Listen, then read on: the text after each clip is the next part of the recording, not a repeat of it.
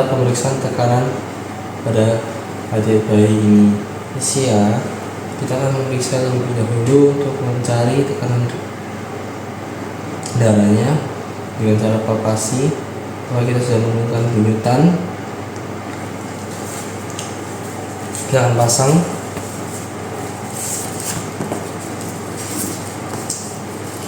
seperti pada anak. Kita pasang tensi seperti pada orang dewasa.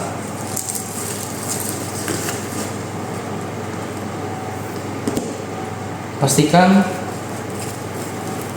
tensimeternya sudah dikalibrasi dengan baik, dengan artian udaranya sudah dieratkan,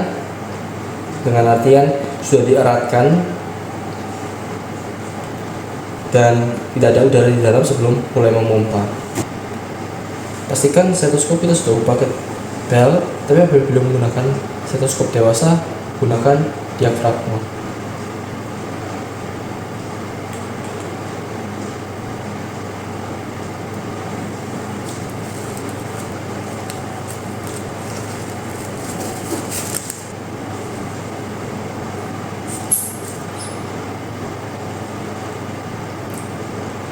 Seperti orang dewasa saat melakukan pemeriksaan tensi, dengarkan sampai Korotkovnya pertama didengar saat pembukaan pertama, terus kita lepaskan perlahan-lahan sampai Korotkov terakhir terdengar. Oke, ini kita lepas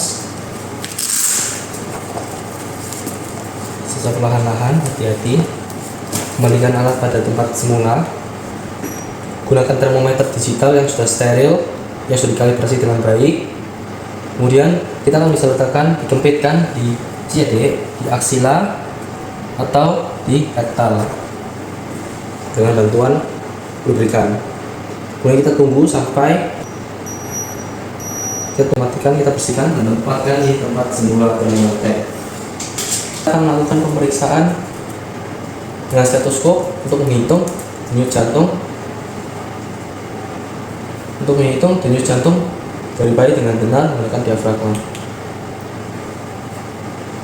Kita mengukurnya seperti kita mengukur pada saat anak dewasa selama 1 menit. Kemudian kita catat hasilnya. Setelah itu kita melakukan pemeriksaan di arteri brachialis. Kita menilai frekuensinya. Seperti tadi kita menilai pada saat pemeriksaan stetoskop atau di brachialis juga bisa. Selanjutnya kita memperhatikan frekuensi dan juga cara anak tersebut bernafas. Kita menghitung berapa kali dia bernafas. Kita perhatikan apabila anaknya sendiri mengalami kesusahan untuk bernafas seperti tachypnea atau dyspnea, ataupun terkadang berhenti bernafas sesaat.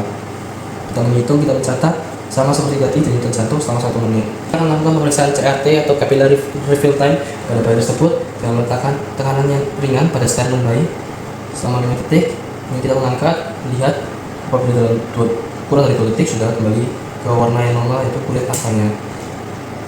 Apabila iya, berarti dianggap normal. Menggunakan oximetri khusus untuk pediatri untuk anak, diletakkan seperti diletakkan pada orang dewasa, pada kaki, pada jempol kaki atau tangan. Kemudian kita ukur, pastikan dia di atas 98%. Selanjutnya Bu dan D, kita akan lakukan pemeriksaan head to toe. Kita akan lakukan pemeriksaan dari kepala hingga lutut. Di sini saya akan mulai dari kepala dulu, dari wajah. Di sini wajahnya tampak simetris.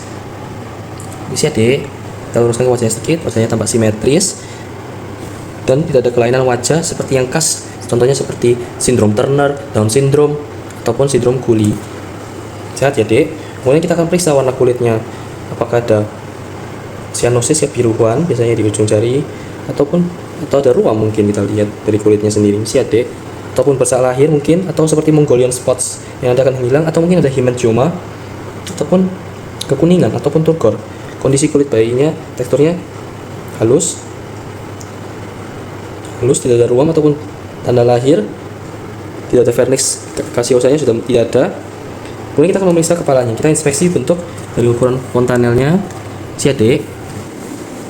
Fontanelnya, sutura, molding, kaput subsadenumnya kita rasakan, atau apabila adanya hematoma ataupun sefalika atau Ini kita perhatikan apabila ada kelainan kongenital seperti aneksefali, yang berarti dia ada botok kepala, mikrosefali di mana kepalanya kecil, hidrosefali pembesaran kepala, dan sebagainya. Bila ada trauma kelahiran, perdarahan, fraktur. Kemudian kita akan perhatikan mata dari adik sendiri, misi adik. Kita lihat dari refleks matanya, apabila ada misi adik, dari refleks cahaya, ya ada refleks cahaya pada kedua mata dan harus masuk dibuka. Dari lensanya sendiri pada saat lakukan penyinaran tidak seperti ada kelihatannya katarak atau lensa yang berembun. Pada saat tadi saya buka tidak terlihat seperti adanya infeksi ataupun nahna, kemerahan, konjungtivitis ataupun bengkak ataupun rasa rewel dari adanya sendiri, simetris menghadap ke depan, tidak ada strabismus. Dari pemeriksaan telinga adik sendiri tidak ditemukan hal yang menakjubkan, telinga terbentuk dengan baik, tidak adanya fistula ataupun garis yang tidak menemukan dengan auricula dengan baik. Tidak adanya sekret, tapi harus diperiksa lebih dalam lagi untuk dalamnya. Untuk refleks suara dari adik sendiri, adiknya menoleh apabila ia mau, dia bisa mendengarkan dengan baik. Untuk hidung sendiri ditemukan sekret jernih putih keabu-abuan, ada seperti lendir, tapi bayi tidak memiliki kesusahan untuk bernafas. Septum dari hidungnya sendiri tidak ada deviasi atau kemiringan dari hidungnya lurus, ataupun sepertinya ada atresia ataupun fistula. Sepertinya ada obstruksi saluran nafas karena bayi tidak bisa menutup mulutnya, tidak bisa mingkem, sehingga dia harus bernafas lewat mulut meskipun hidungnya ada lendir sedikit yang tidak terlalu menutupi hidungnya. Tidak sekret yang berdarah, hanya putih, jernih, dan sedikit keabuan. Untuk lidahnya tidak melebihi batasan mulut. Jadi ditemukannya makroglosia atau pembesaran lidah di dalam santai. Kita tidak dapat menemukan cleft lip atau labioskisis ataupun labipalatoschisis. Bentuk simetris bibirnya berbentuk baik, tapi pucat, tidak ada kemerahan pada bibirnya, dan tidak ada bercak putih pada gusi atau palatum. Merah muda, tidak ditemukan eritema, keputihan, kuningan, atau ditemukannya impetigo juga tidak ada. Bu, selanjutnya kita akan melakukan pemeriksaan dada. Pemeriksaan kepala sudah selesai. Oke, sekarang kita akan inspeksi dan juga perkusi, palpasi, dan juga auskultasi dan melihat pemeriksaan lainnya. Pertama kita akan inspeksi, kita akan lihat kesimetrisan dari gerakan dada saat bernafas dari adik sendiri. Dan juga kita lihat menilai frekuensi dari pola nafasnya, menggunakan otot nafasnya, dan seperti yang kita lihat bahwa adiknya memiliki kesusahan untuk bernafas. Oke, berdasarkan dari otot nafasnya sendiri tidak berlebih, adiknya hanya harus membuka mulutnya supaya bernafas lebih baik. Nafasnya sedikit meningkat melebihi 40 hingga 60 kali per menit. Dia ditemukannya pulsasi prekordial pada dinding dada. Kemudian kita akan lakukan perkusi. Kita akan lakukan perkusi di seluruh lapang pandang, paru, dan harapannya semuanya akan terdengar resonan atau sonor. Siap, Dek.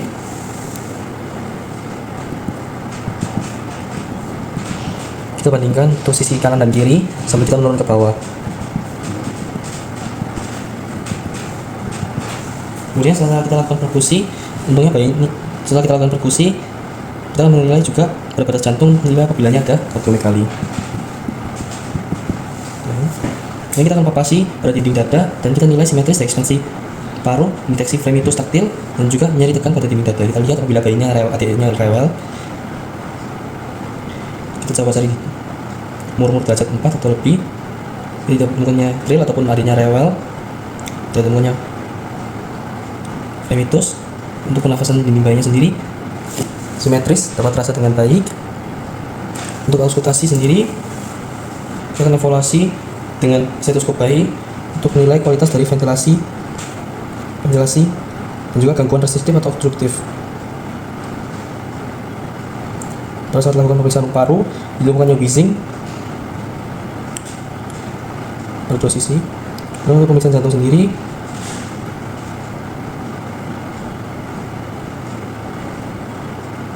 ditemukannya ada bunyi tambahan setelah S2. Ini menandakan murmur patologis. Bu, kita akan memeriksa bagian abdomen. Kita memeriksa inspeksi pertama yaitu adalah abdomennya sendiri. Untuk perutnya sendiri, di sini rata halus, bulat dan bergerak bersamaan pada saat tadi dada bernafas. Sebenarnya tidak ada yang mengeras, dan kulit abdomennya tidak dapatnya garis atau strie ataupun kekuningan seperti jaundice atau icterus, dan tali pusat tidak tampak seperti layu ataupun ada perdarahan ataupun infeksi ataupun tampak seperti adanya hernia. Untuk auskultasi sendiri, kita akan menilai di 9 rongga abdomen. Tidak peruit seharusnya setelah kita melakukan pemeriksaan rongga abdomen ini. Yap, tidak ditemunya peruit, dan kita akan menilai apakah ada suara timpani.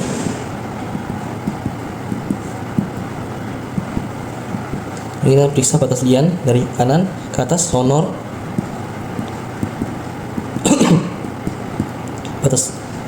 batas hepar sebenarnya suaranya terasa tajam pada saat kita lakukan palpasi. Kita lakukan palpasi pada setiap abdomen, palpasi superficial untuk menilai otot dinding perut, biasanya temukan hernia.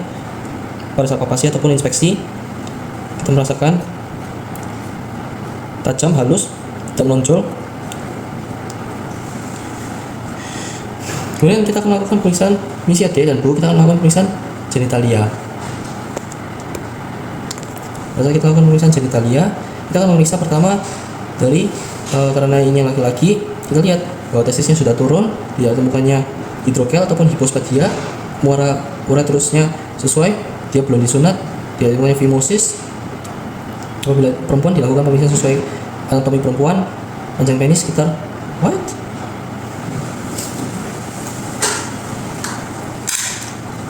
Untuk panjang bayi sendiri di sini 2 cm. Sini sekitar 2 cm, 2,1 cm, dan lebarnya sekitar 1 cm. Kita akan menggunakan kaset steril, periksa posisi lubang uretra. Kita pegang, kita tarik ke belakang. Kita pegang, tapi tidak boleh ditarik ke belakang karena dapat menyebabkan fimosis. Kita bersihkan, kemudian kita pegang, tapi tidak boleh tarik ke belakang. Kita pegang untuk melihat muara uretranya. Kemudian kita akan palpasi skrotum untuk memastikan jumlah statisnya ada 2. Kita rasakan, yap, terasa ada 2, sudah turun. Tidak hanya sebuah skrotum yang berisi kosong. Kemudian apabila perempuan, kita akan buka labia minora dan mayora. Lihat apabila uretra sudah terpisah dari vagina, dan kita juga memeriksa anus dari bayi ini. Misi adik, jarinya sekarang tengkurap, dan lihat posisi anusnya. Kita akan menilai posisi anusnya. Apabila ada stenosis ataupun atrasiat, kita harus menggunakan anal touche untuk melakukan pemeriksaan ini, untuk memastikan, tapi hanya dilakukan pada saat adanya indikasi yang sangat diperlukan. Dan berdasarkan informasi kita dapatkan tadi, mikronya sudah keluar pada 24 jam pertama pada saat bayi ini lahir, sehingga kita tidak memiliki indikasi yang kuat untuk melakukan anal touche. Kemudian kita akan periksa tulang belakang dari bayi ini. Kita akan menilai apakah ada kelengkungan yang baik, simetris pada tulang bayi ini. Pada ini C, B, dan D. Kita juga menilai apabila ada spina bifida, tapi berdasarkan riwayat internal care, dan juga bayi ini bertumbuh dengan baik, tidak ditemukan limfoma atau benjolan ataupun lesung sakral ataupun tanda neurologis pada bayi ini. Kita memberikan bayi sambil kita melakukan palpasi untuk memeriksa benar-benar bahwa bayi ini tidak memiliki abnormalitas yang tadi disebutkan. Kemudian kita akan memeriksa mulai dari yang kanan dulu, ekstremitas tangan kanan dan juga kaki kanan.